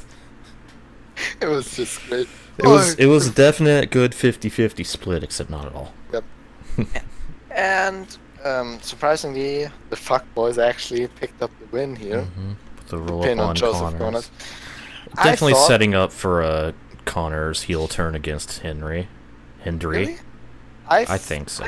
I had the feeling that Joe Henry was gonna turn heel on Joseph Connors in this match. I don't know, just a Because it little was bit. kind of, I gave you the chance to be equal and whatever, and you screwed it up or whatnot. But definitely one of them is gonna turn heel sooner rather than later. Yeah. It was not on this night, but I just feel like Connors is gonna get tired of Hendry's shit and just maybe go ballistic. But yeah. that's for another day. And then I think The main event. The crowning of the first What Culture Heavyweight Champion of the world. That's the wrong belt. You're talking about the cardboard belt.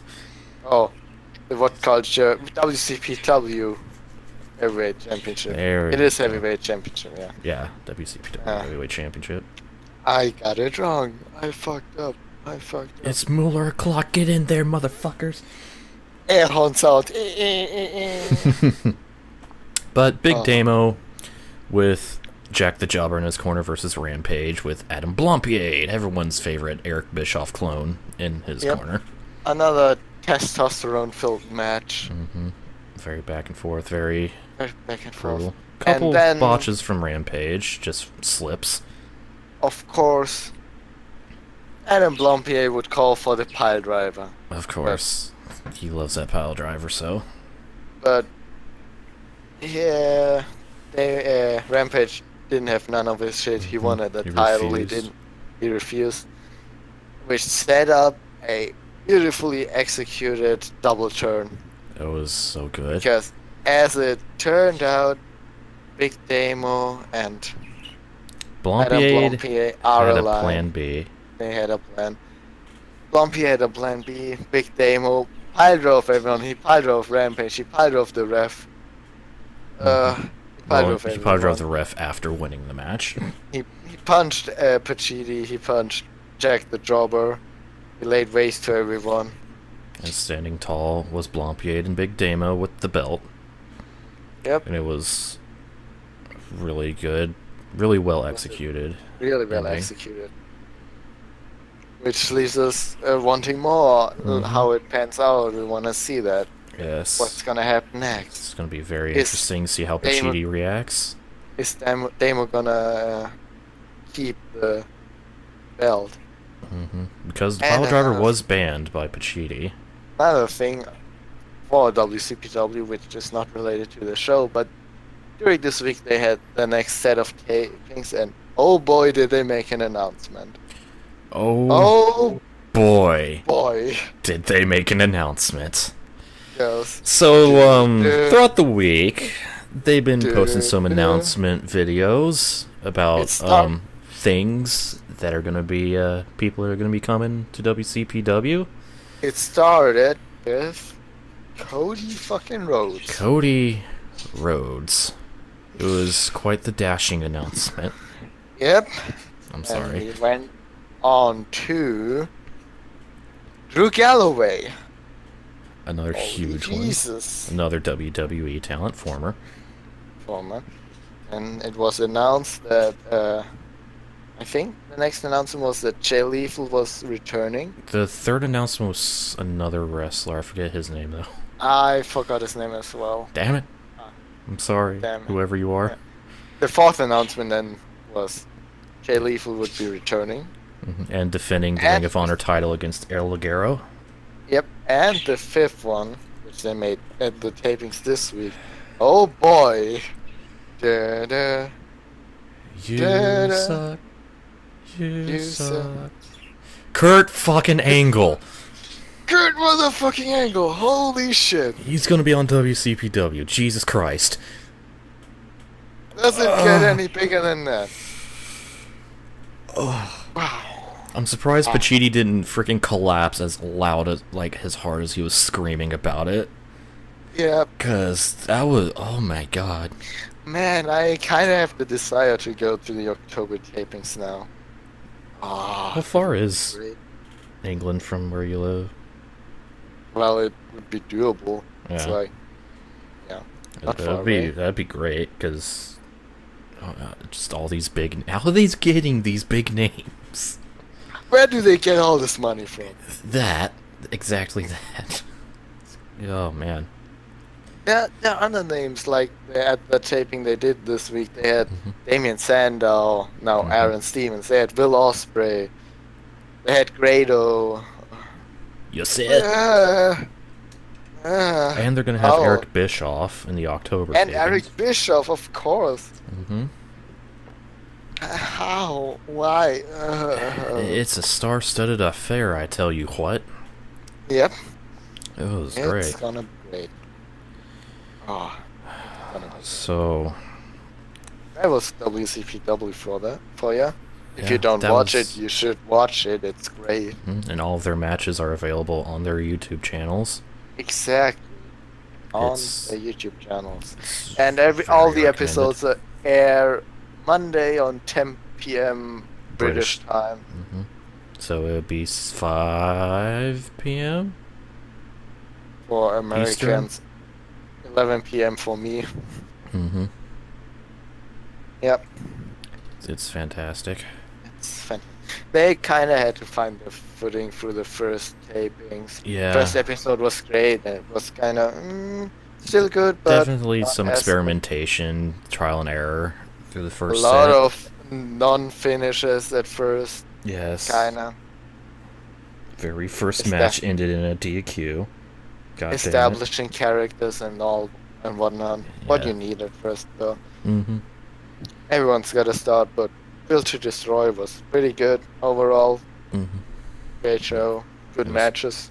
Top to bottom. 2.5 hours of awesomeness. Would recommend. Yes. Check it out if you didn't already.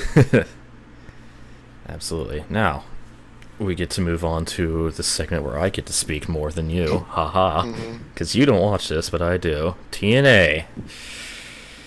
Alright, here we go. So, Impact. It was a solid show. I'm probably going to forget everything that happened, even though I just watched it a few hours ago. Son of a bitch. Let's see. It was...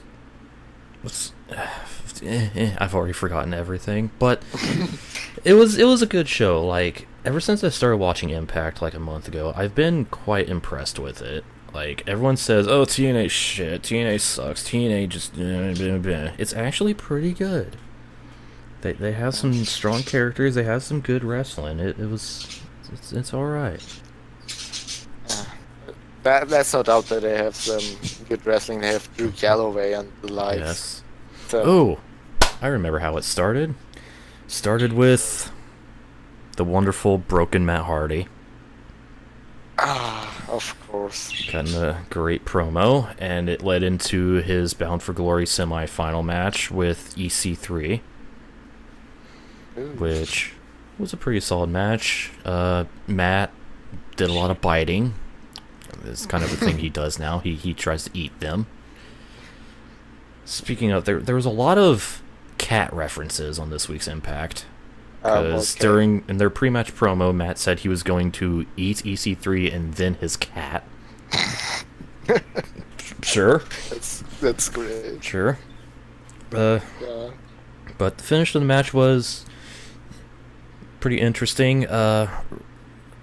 Rebby gave Jeff Hardy, brother Nero, a hammer to use on EC3 while she distracted the ref. He refused. He just kind of tossed the hammer into the ring.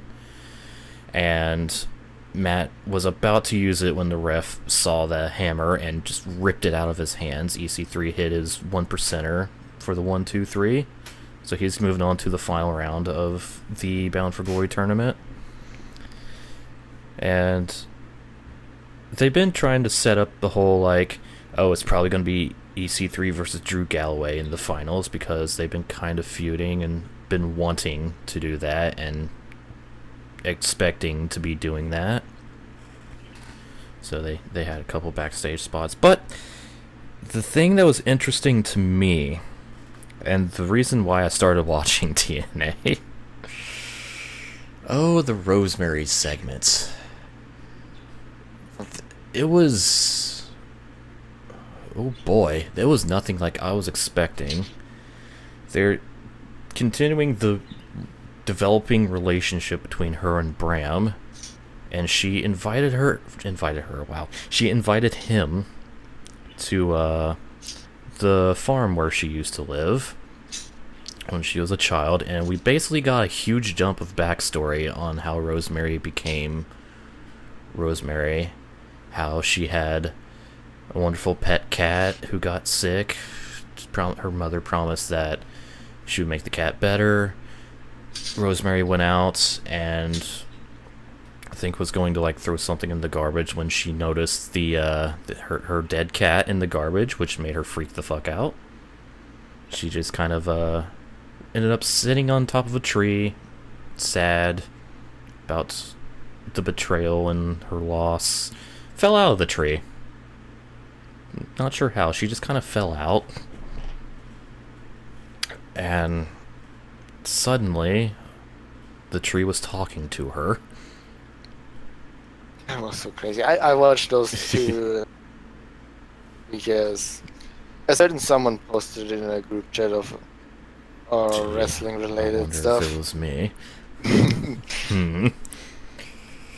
Yeah, it's kind of interesting. I must admit.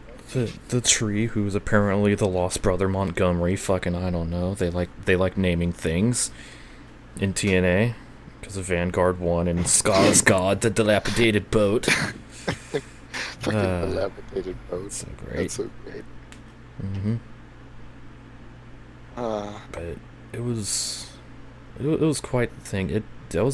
Like I said, I was not expecting something like that at all, and it really got me into this whole storyline even more because I'm a very outspoken fan of Rosemary / Courtney Rush. If you looked at my Twitter, you would absolutely know this.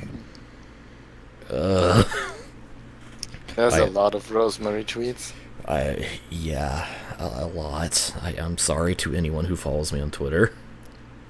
Especially since you're a new Twitter name and icon. You fucker. You got the best of me there. Come Bagel Slam. It's only till Monday. Yes.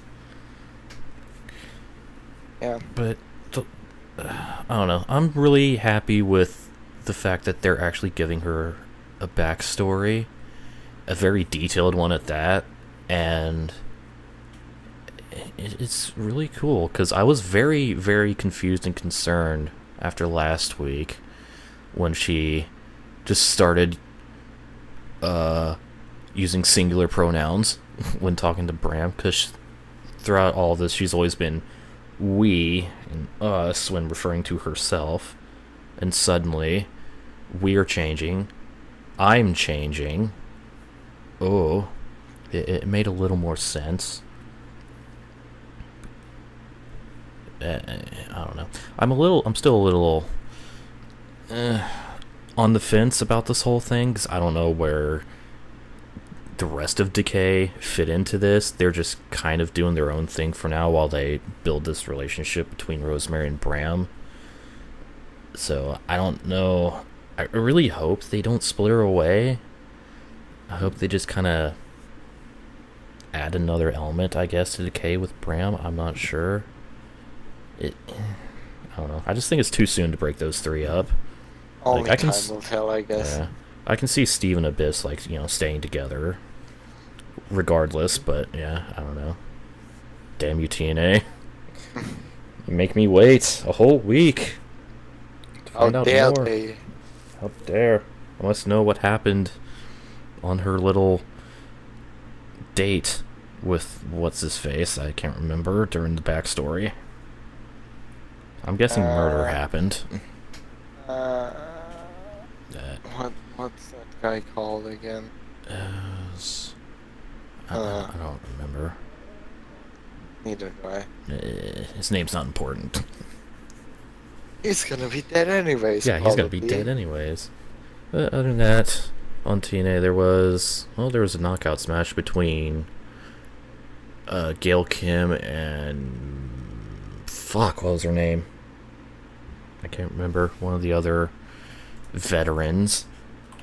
Oh my god, she's a 5-time champion. Why do I not know this? I'm still relatively new to TNA, I'm sorry. Don't worry, I'll get it here in a second. Madison Rayne, there we go. There we go. It was Gail Kim and Madison Rayne. But basically the stipulation is Maria Kanellis is basically forcing Gail Kim to beat every single knockout in a match to have another shot at the Knockouts title, which is being held by Sienna right now. Which is basically Maria's kind of hired muscle, sort of, as far as the Knockouts division is concerned. I don't fucking know how it works. But yeah. So that was an alright match. I didn't really have a whole lot of time, but Gail Kim ended up picking up the win to keep that ball rolling. It was alright. What else was there? There was I know Moose, who's new to TNA. Good old Moose. There's a whole lot of like intersecting storylines going on right now. Like the fact that Bobby Lashley is a double champion because he's the world champion and the X Division champ. And he got confronted by DJZ yesterday. And since he was the #1 contender for the X Division title, they had a ladder match, which was pretty interesting because don't really expect to see Lashley in a ladder match. Yeah. But he ended up... DJZ almost got the better of him, but he got pretty much thrown off the top of the ladder by Lashley. And that gave him the win, so Lashley's still a double champion. It was a pretty solid showing. Yes. Then there was the other Bound for Glory semi-final match, which was Drew Galloway versus the Miracle Mike Bennett. A lot of shenanigans happened in this match because EC3 offered to help Galloway hold off Moose, who is aligned with Mike Bennett and Maria. But Drew refused, so when the match eventually finally did break down and the ref got knocked out, here comes Moose to fuck shit up. And then here comes EC3 to try to help out, which he did at first, and then he grabbed a kendo stick, and he hit the person he wasn't supposed to. And by that I mean he didn't want to hit Drew Galloway, but he hit Drew Galloway, which ultimately set up the victory for Bennett. And it's also gonna kind of set up a big feud between Galloway and EC3, which would be interesting to watch. I'm not sure if it's gonna be like a Galloway heel turn. I'd be okay with that. It'd be interesting. Then again, I'm not really a big fan of face EC3 because he's just kind of seems like a kind of a typical jock dickhead guy. I don't know. At least he came off that way in his promo with Matt Hardy. But it's pretty solid Impact. And then there was I forgot one match. How did I forget this match? The Monsters Ball. Oh. Yeah, It was Decay versus the Bromans and Monsters Ball for the tag titles. Because they like using the Monsters Ball match a lot. I'm okay with that. I like it. And it had the typical spots. Abyss got thrown into a barbed wire board. He freaking spazzed and screamed in agony, all that shit. Crazy Steve got thrown onto a bunch of tacks. But that wasn't the finish of the match, which is always whenever I see a tack spot in a match and I see that it's not the finish of the match, I'm just like, ooh, he has to continue performing with all those tacks in him. Oh, jeez, ow. Yeah, it was a overall pretty crazy back and forth match. Abyss brought out another barbed wire board. Then he brought out Janice because we have to have the Janice tease. It's not an Abyss segment without the Janice tease. Spoiler alert, she wasn't used. Or it wasn't used. Because I don't see that being a very good thing ever. So those are some fucking long spikes on that board. But a lot of back and forth, a lot of chair shots and stuff. And like I said, Crazy Steve got dropped onto thumbtacks, and then they turn him around for a submission with his face in the thumbtacks. Just kind of in the tacks, no big deal. It's fine. Of course it's fine. But I think the finish was, let's see, I'm trying to remember the finish. Steve was setting up some kind of move, ended up getting low blowed by Raquel,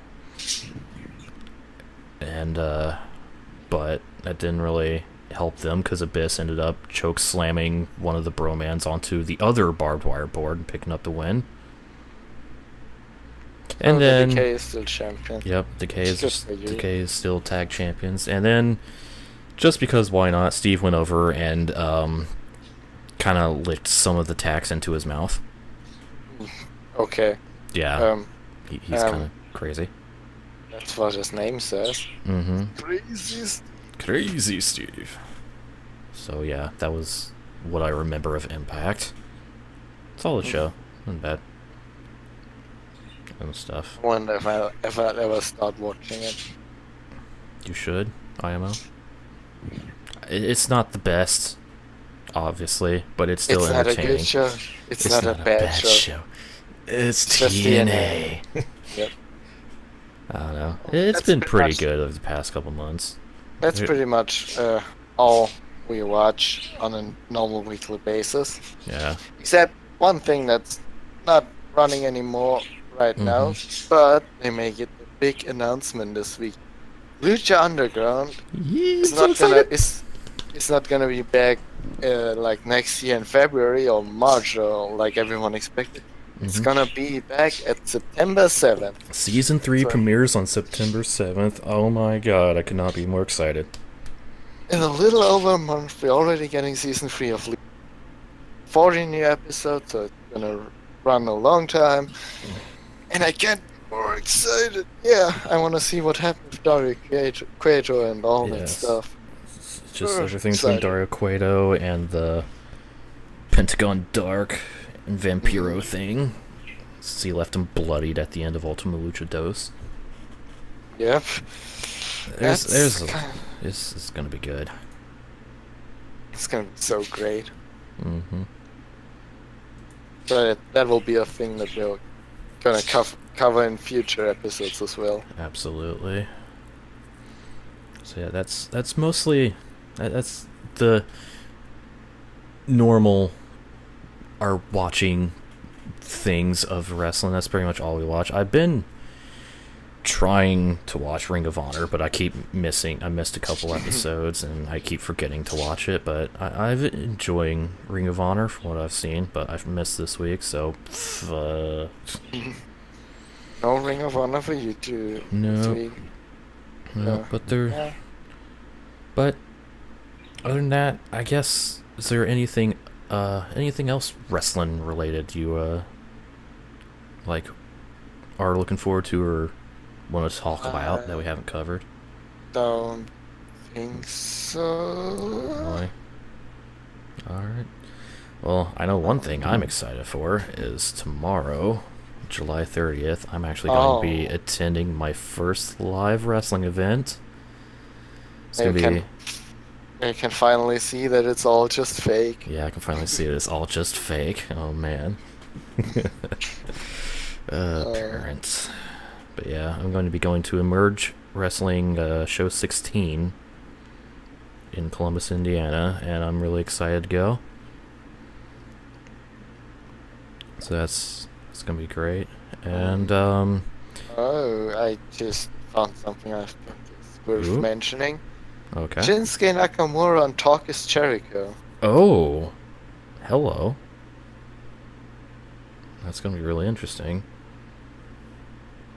I wonder how good Shinsuke's English is. Yep. I wonder that too, but Mm-hmm. it might be something worth to check out. Mm-hmm. So, That'd be pretty great. all in Cup. all, it's been a great week of wrestling, especially Yes. for WWE.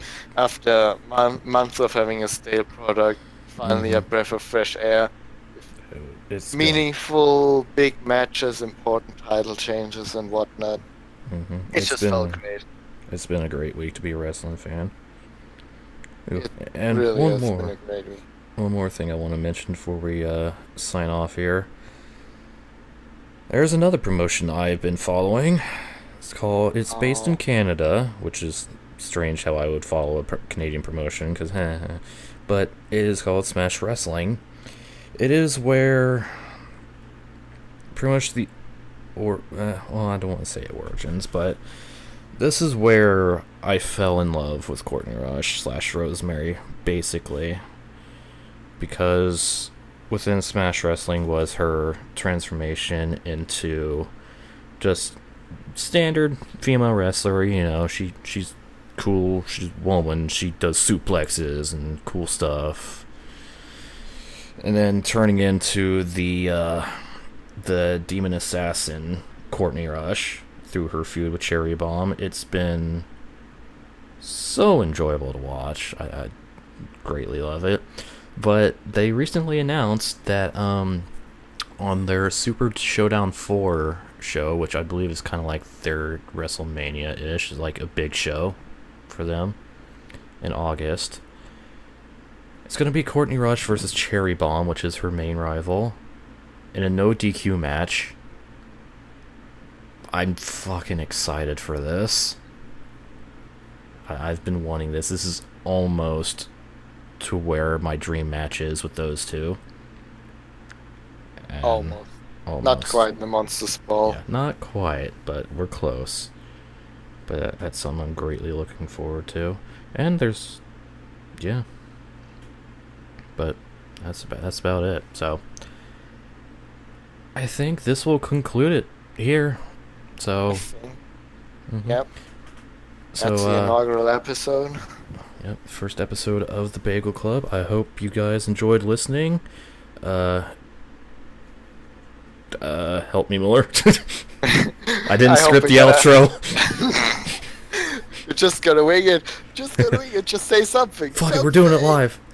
Yep. Yeah. I hope we're gonna have future episodes with more people. Mm-hmm. Unfortunately, one of our main members, Thunder, is away at Con Bravo this weekend, so he unfortunately couldn't be here.